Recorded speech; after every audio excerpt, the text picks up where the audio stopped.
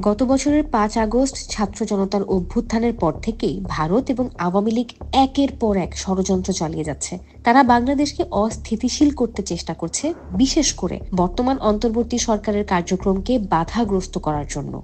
এই চক্রান্তের পেছনে মূল শক্তি হিসেবে ভারতীয় গোয়েন্দা সংস্থার এবং তাদের এজেন্টরা কাজ করছে, যারা সবসময় বাংলাদেশকে তাদের নিয়ন্ত্রণে রাখতে চায়।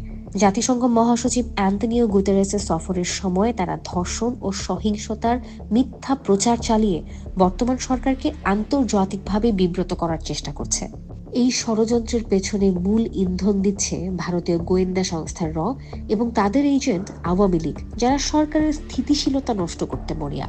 সরকারের কঠোর মনোভাব এবং অপরাধীদের বিরুদ্ধে কার্যকর ব্যবস্থা দেখে ষড়যন্ত্রকারীরা আরও বেপরোয়া হয়ে উঠেছে। তবে জনসাধারণ এখন অনেক বেশি সচেতন এবং দেশবিরোধী ষড়যন্ত্র, ভারতীয় হস্তক্ষেপ এবং আওয়ামী চক্রান্তকে প্রতিহত করতে সরকার ও জনগণ একসঙ্গে কাজ করবে।